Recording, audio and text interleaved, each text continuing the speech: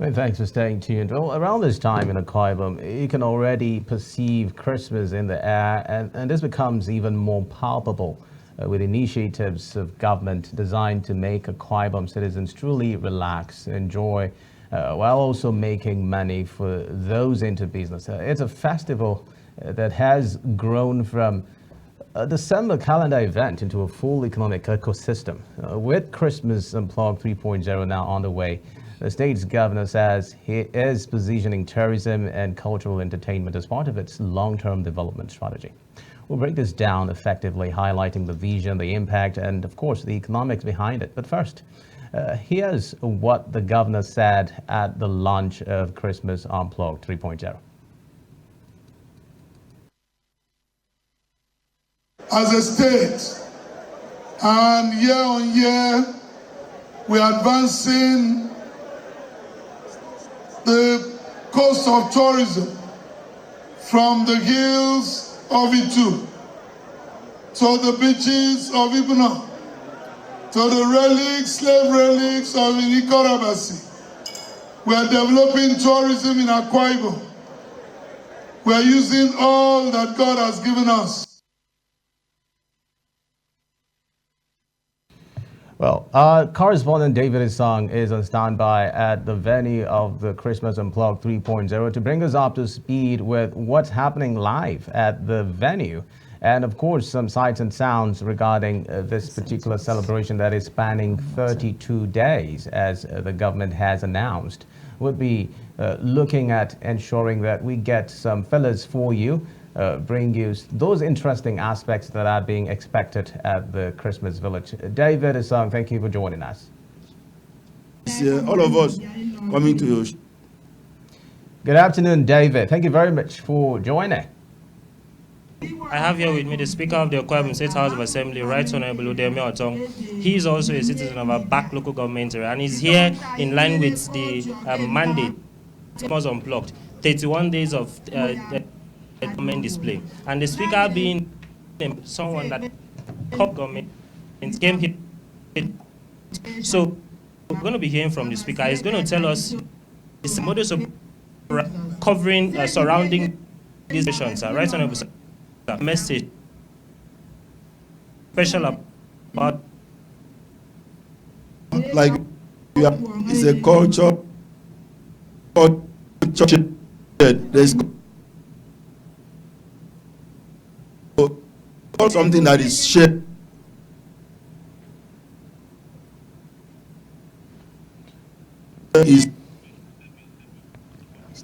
Well, David, I think we're having issues with the connection, but then try to sort that out and see how we can have this conversation with David. But first, let's bring in on the program this afternoon a voice that is really reverberating when we talk about music, not just in the Niger Delta region, but across the globe. We have joining us live on Niger Delta Today, Pastor Aity Dennis, a global voice when we talk about music. And of course, she has been really around and about doing great things when we talk about entertainment, not just in Akwa Ibom State, but across the country. Thank you very much for joining us on the program. Thank you so very much. It's a joy to be here. Thank you for joining us. Good to have you here. Thank you. Well, Christmas Unplugged 3.0. The governor has spoken loftily about this outing, and this is not the first time Akwa Ibom will be celebrating at the Christmas Village. They've had the first edition, second, and now the third edition. And what does this mean for the Akwa Ibom people? And then when we talk about the economics of this particular outing, what does these 32 days hold?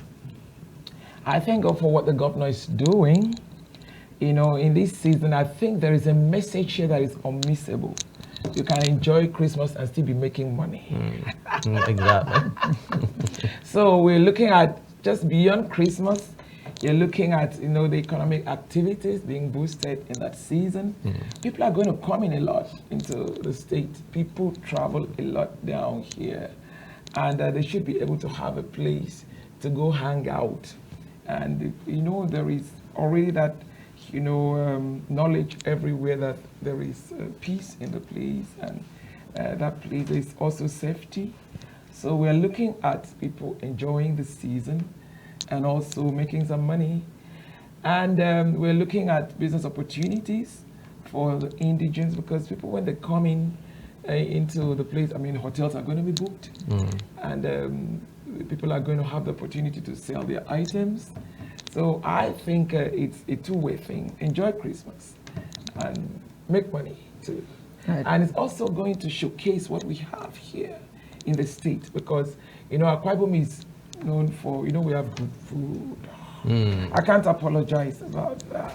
I'm from Akwa Ibom, and I celebrate what we have. We have the best, the best of the best. In terms of food here, oh God, you have, people ask me, do you know, one of my friends called me, she lives in Lagos, and she says, my best food is atama. I said, for real? Queen baby, she's not from here. She says she knows how to cook atama in 3 different ways. So you can imagine people are coming in. One of my friends called me, he has hosted me in New York during the Afro-Caribbean festival. I was his guest. He's from Jamaica. He's only been to Nigeria once. And he said, I've heard so much about what happens in Akwa Ibom during the carol. Aity, I want to come for the carol. I say, you're welcome, sir.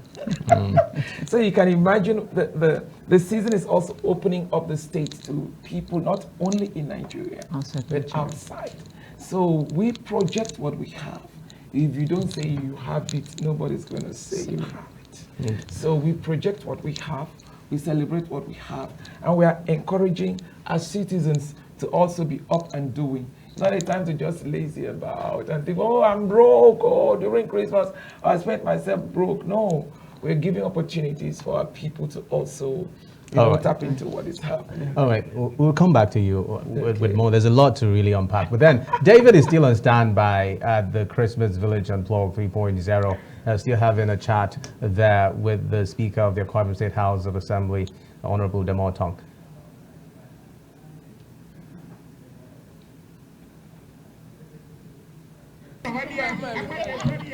Oh, David, can you hear me? Savior, talk to me. Yeah, I can hear you clear. All right, David, thank you very much. But then we were having that whole back, we'll talk about connection. But then, can you bring us up to speed with some updates regarding what's happening? We understand today is a back day. How interesting is that park at this moment?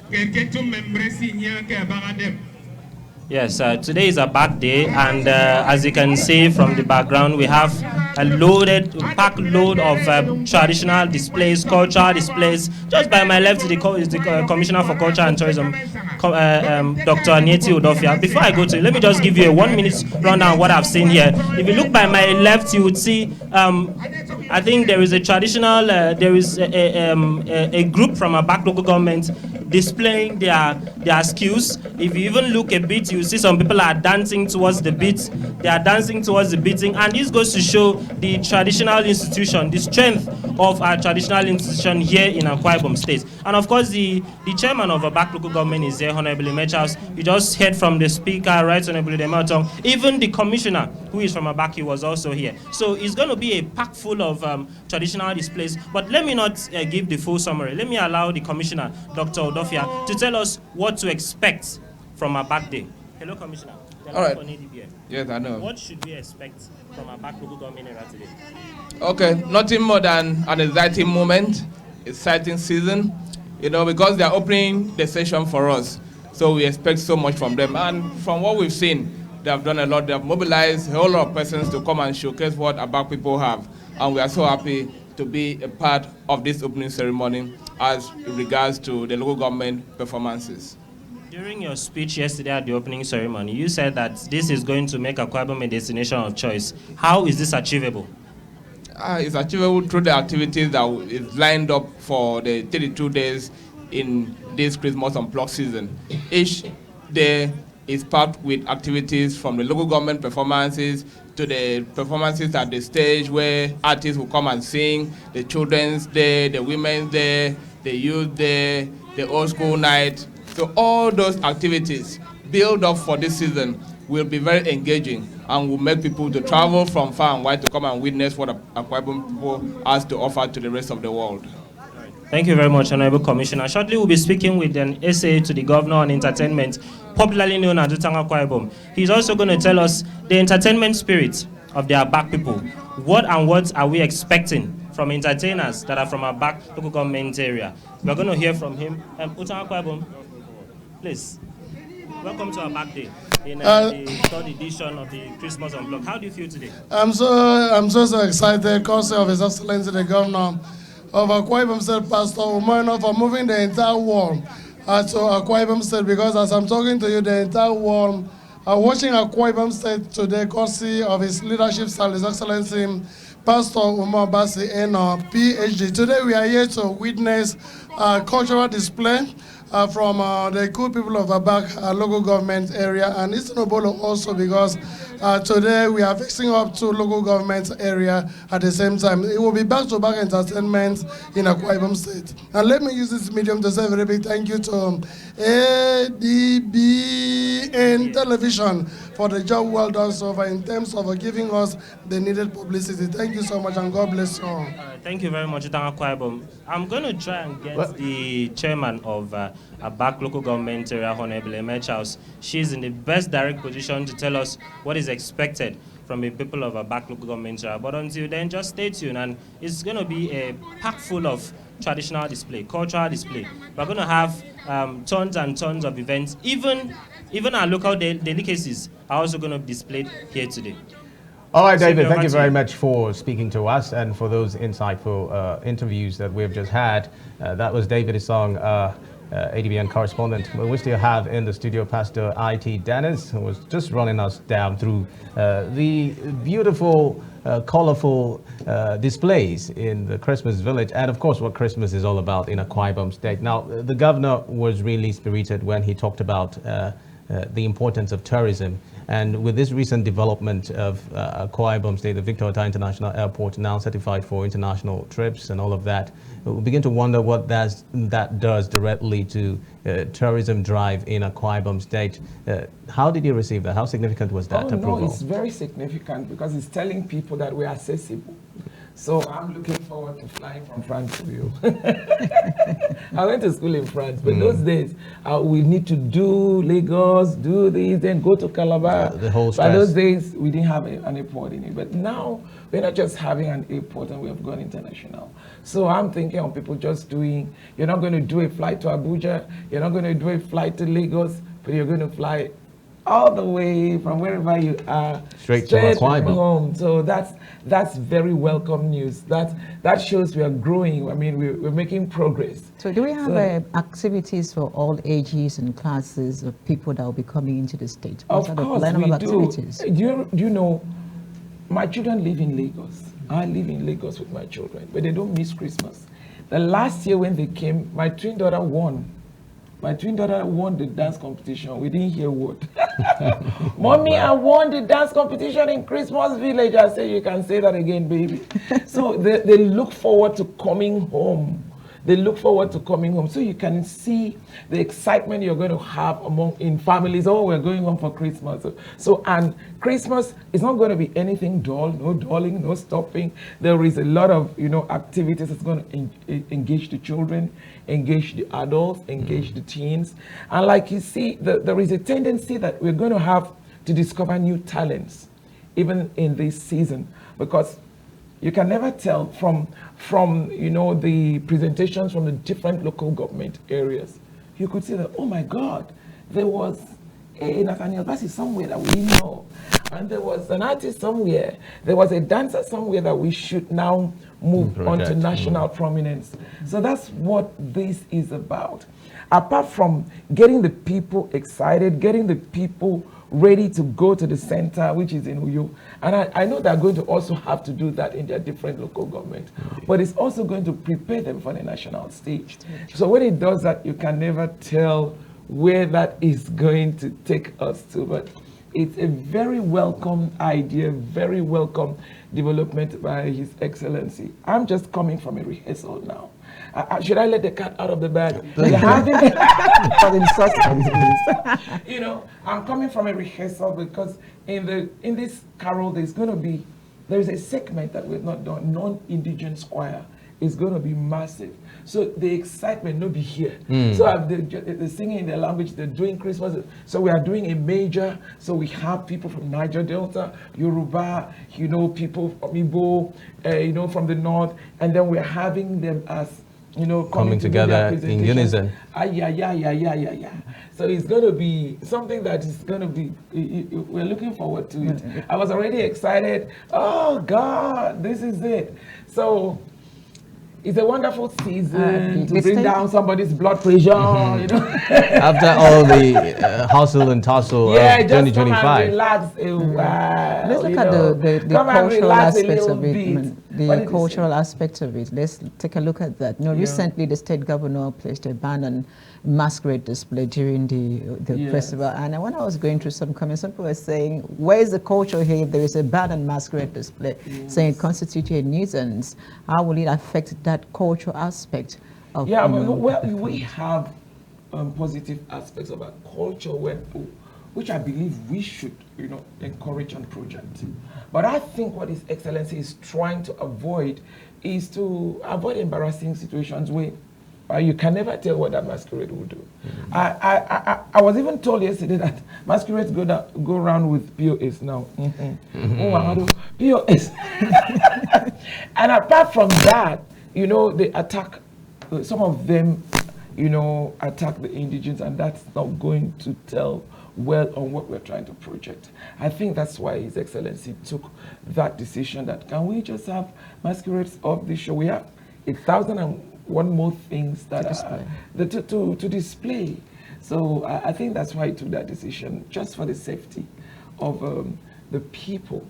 So and true to his words. But we have cultural displays that are good, cultural displays that are very creative. So if he took that decision, before His Excellency takes a decision like that, he's informed, he's well informed of. I mean, we've had situations where things like this have happened, so we're trying to forestall, But do you think he has, in some ways, trampled on some people's rights to religion? I mean, a lot of people want to say we live in a democracy where people are free to choose their own mode of worship or what they pay attention to. With this ban, you think he infringes on those rights? I don't think so, because, religion is very vast. And if we want to display everything, talking about religion, tradition, culture, there are some still aspects of our culture that I think we ourselves should advise ourselves that no, this is not the way to go. And we are in an age where we should be able to weigh and say, okay, I think we should go with this. I think we should downplay this. I think this is what should go. And, we are not just celebrating for ourselves. We are projecting what we have to the outside world. And we're trying to also attract them to what we have, to encourage them to come into our state, come in and invest in our state. And the person arrives from the airport to his hotel, Ekpo has attacked him. But can it be done without these attacks and all these, So I think that's what, without that?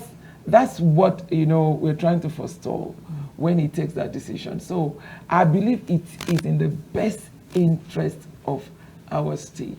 Do traditional rulers also have a role to play to ensure that to ensure that the people are trained, people are, educated on this is what to do, this is not, this don't go here. Don't go here. But let's keep it sane. Let's keep it safe. No, let's keep it interesting. True to his words, the governor had actually threatened that any masquerade that is caught is going to, be charged to court, arrested and charged to court. And we just saw footage of masquerade in police custody, where the commissioner of police was interrogating the masquerade.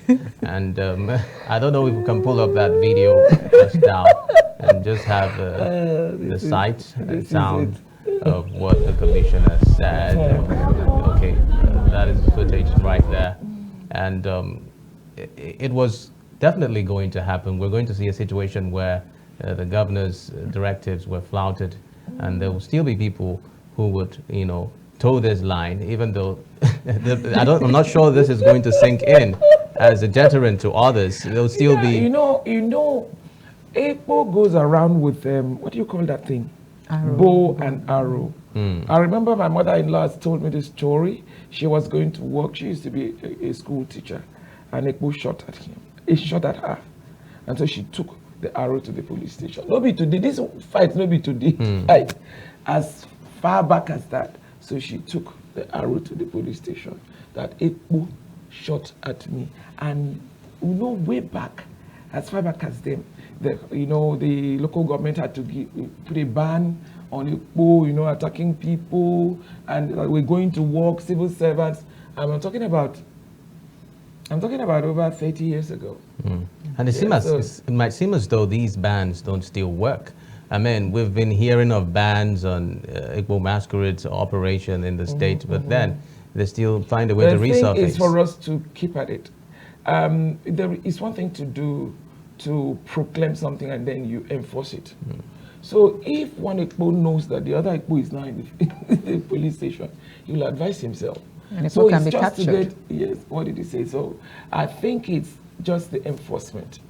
If we keep enforcing it, it will, Let's go back to the celebrations going on at the Christmas 3.0 Unplugged. How is the state supporting vendors, creatives now?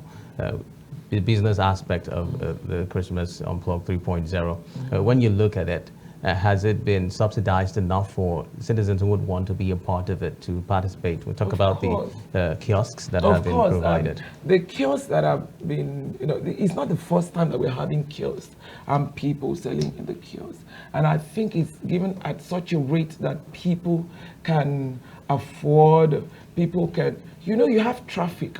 Someone could have maybe his store or maybe his or her restaurant at a place, and the traffic they have will not be the same as the traffic they're going to have in this season.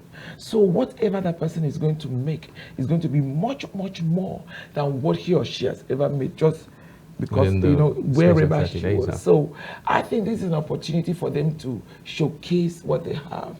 And then they're going to have traffic. And if you do well, after the Christmas season, I'll still come to your shop and find out, oh my God, I ate at your place. That white soup was real. It was really white for networking. Yes. So that white soup really, that fisherman soup, it was really it. So beyond the Christmas season, I'm going to come look for you.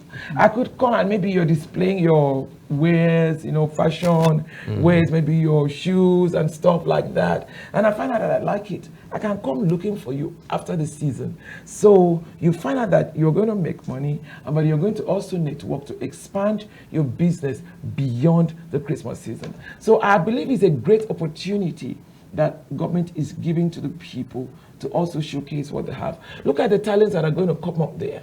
So someone can see someone sing them. Okay, I have an event. I saw you sing at the Christmas. Can you come for my event? Has that given you an opportunity? Yes, it has given you an opportunity.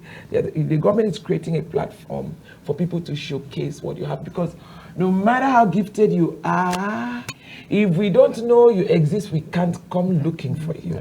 So this platform is giving people an opportunity to show us that you exist. This is what you do. So what I would want to advise is for people, put your right foot out. You don't have a second time to make a first impression. So make sure that when people come into your kiosk, you're giving them the very best. We have given you the platform. We have given you the opportunity. The onus is on you for you to, prove what you have, utilize it, and make the best use of this opportunity. Because people can misuse opportunity. I mean, people can just, no, we didn't do this. The government. I don't know, somehow people think, some people, thank God, not everyone. Some people have the impression that the government should live their lives for them. I went to sing in South Africa, and I was arriving there. I saw there is this artist, beautiful. She's good as in blood of Jesus, good. She can sing.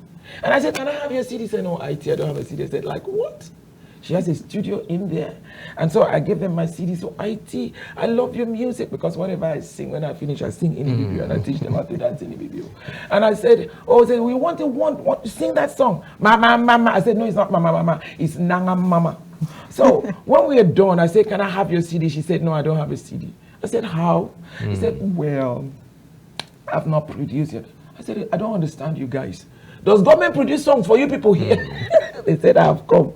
I said, no, because in Nigeria, the terrain we have here has a way of making you wake up and work for yourself. So she said, Aity, this is a great encouragement. By the time you're back to South Africa, I'm going to give you my CD.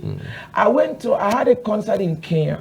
As I arrived there, I said, I'm going to shoot a video. I went to Uhuru Park. I'm arranging the people. I got their cameras. I got the people. I'm a visual person, a video person, once a TV producer, always I think in videos. So we are there shooting the videos. I got their dancers from Kenya and said, we're doing this song together, blah, blah, blah.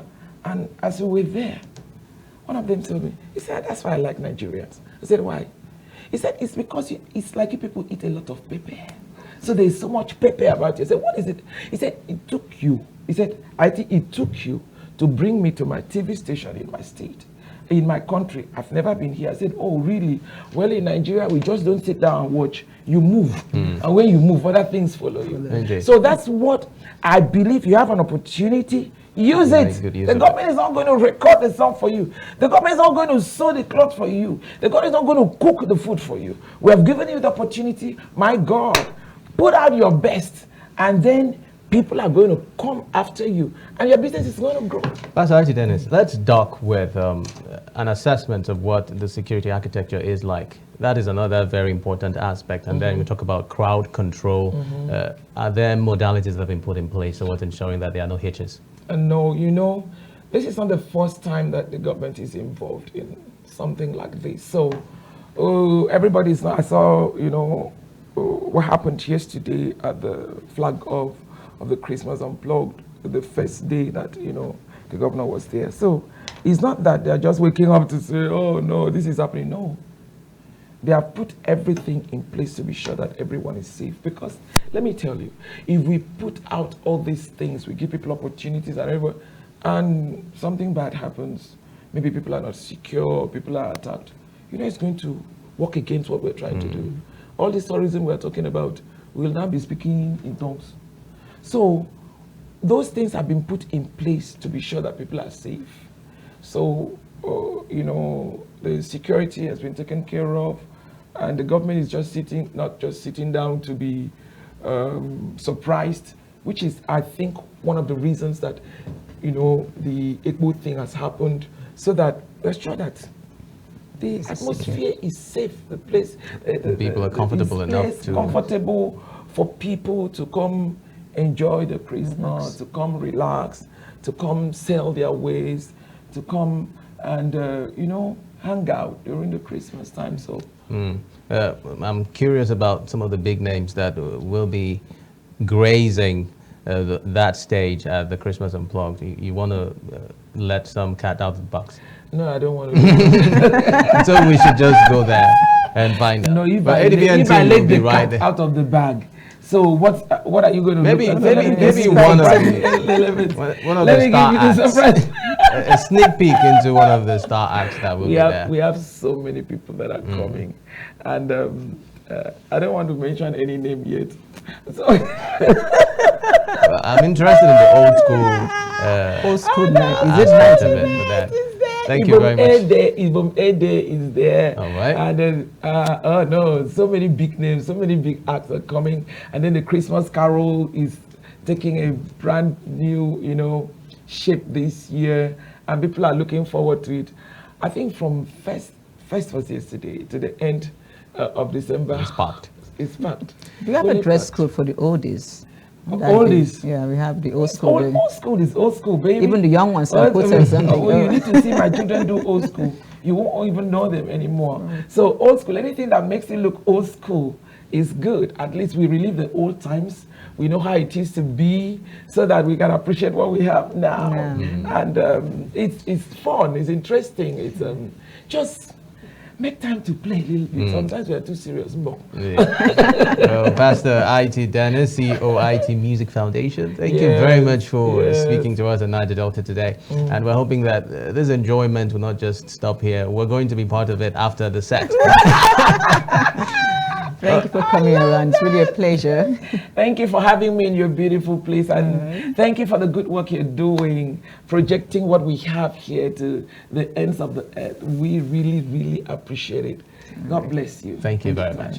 Well, that's the size of Niger Delta today. Thank you very much for watching. We'll catch you again tomorrow for another fresh edition. My name is Xavier Robert, wishing you a terrific afternoon. And I am Siphon Ode. Good afternoon.